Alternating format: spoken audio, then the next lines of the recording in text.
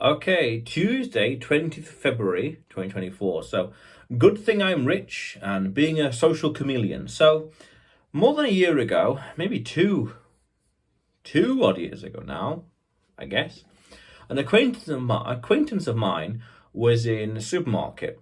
I think it was Tesco, but that's immaterial. He was going to pay, and he told me that he said when he saw the bill, or how much it cost in the end, he said, "Thank goodness," or no, "Good thing I'm rich." That's it. Good thing I'm rich. Those words he said. It's hearsay for me, but that's what he told me. And he told me that the cashier looked at him, a bit like annoyed, and maybe someone else in the queue. I don't know the details at all, but he said that, "Thank, good thing I'm rich," and being a social chameleon, it's important. Okay, so it's like, what a in some way, a very good thing to say. Oh, how much is this? Oh, I don't have to worry about it, which is nice. Good situation in life to be in, looking at his point of view. But the fact that he said that, it was his ego or his narcissism poking through. Because you want to be careful, it seems you want to be careful in life, when to be boastful, when to be humble, when to be charming, when to be passive aggressive, when to be socially acceptable, when to be a social chameleon.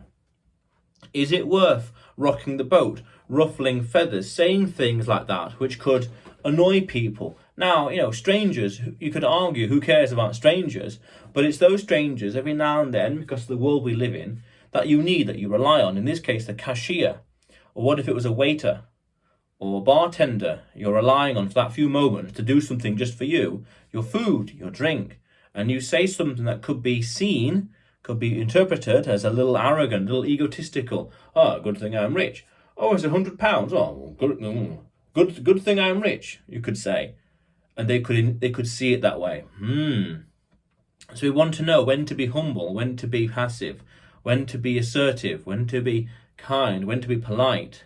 Being a social chameleon, adapting to different situations, but also conscious that your success or your character or confidence doesn't overwhelm the person, doesn't overshine them, doesn't outshine them, doesn't become too much for them, that they go from a mild respect or indifference to a slight disdain. Oh, I don't like him. He's a bit narcissistic. He's a bit rude.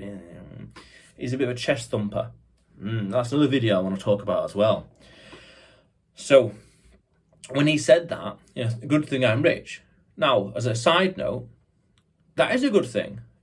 In general, in life, we want to be rich. We want to have a nice, wealthy life where we're not worried about the price tag of things. How much is this? How much is that? I'm not really worried.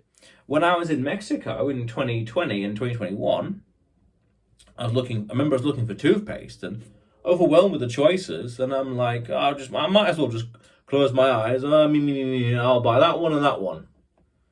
And how much is it? Or how much were they? I don't know. I don't really care. I'll just buy that one. Let's go. I'm not really bothered. Which is a nice situation to be in life. Let's recognize that. How much is this? Don't know. I'll buy two. How much is this thing here? No idea. I'll buy two. Powerful situation to be in life. I highly recommend it. So then, when he says, good thing I'm rich, he's recognizing that he's not really worried about the price tag. Powerful. But it's that level of egotism where he says it. Now, he could have said it, it's a Freudian slip and just spoken out loud. Could be an innocent mistake, by all means. But the fact that I remember him telling me this, and again, this must have happened 2 years ago, and he must have told me this at least a year ago. I couldn't tell you when. In 2022 sometime. June, July, no, not June. Well, maybe June. 2022. Couldn't tell you. But we have to know when to be assertive, passive-aggressive, dominant, egotistical, confident, when to be humble. There's a very nice concept called humble bragging, which is being able to brag about your achievements, able to brag and boast about what you can and can't do, or what you can do, really. But at the same time, know and recognize, have the social wherewithal to know when to be humble, when to keep it quiet, keep it on the down low. This is something I've kind of experienced myself with name dropping and place dropping, with name dropping. not saying the names of places, especially places in conversations, just for the fun of it. You know, when I was climbing this place, or when I was going that place, when I was in here or there, mentioning it, or as I'm talking about a story, I'll mention the name, but then I'll think, well, beforehand, I'll think, well, is that name really important? If I say the name where I was, is it relevant to the story? The chances are no, it's just me name dropping. So even then, I'm conscious of it. Conscious of not being too assertive, not too dominant. Oh, I was in such and such because of X, Y, Z, A, B, C. But then people might say, well, why? Or might think, why did you mention the name? What's it got? What's the relevance? There isn't. It's an excuse to be a little egotistic, a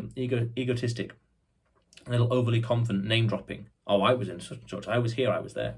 Okay. So humble bragging, knowing when to brag and how to brag, but at the same time, recognizing your limits, recognizing your limitations, your strengths, your weaknesses, very important. Knowing where your strengths are and where they end.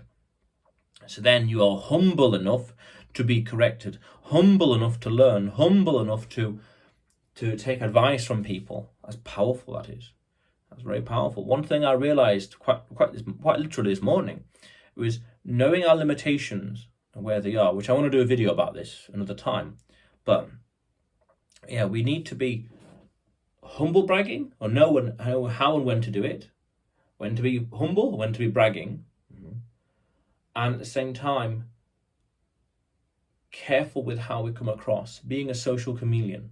Are we saying things name dropping for the sake of name dropping, which is really a form of chest thumping? Look how awesome I am. Look, I have been here, I've been there, when I did this and that thing. Or do we risk being too much for the person and they don't like us just because of our behavior? Okay, well, fair enough. Okay. So that's interesting little story I wanted to share. He was at a supermarket, was buying some things, he had the bill. A good thing I'm rich. Good thing I'm rich. Which is a good situation to be in life, not worrying about the price tag. But at the same time, you say that kind of stuff and you risk people not liking you. Now again, they're strangers, who cares? But sometimes in places, we need people that do things for us, products or services. And it makes practical sense, and you could argue a diplomatic sense, for them to know, like, and trust you. Because as I said before in another video, we want friends and allies in life.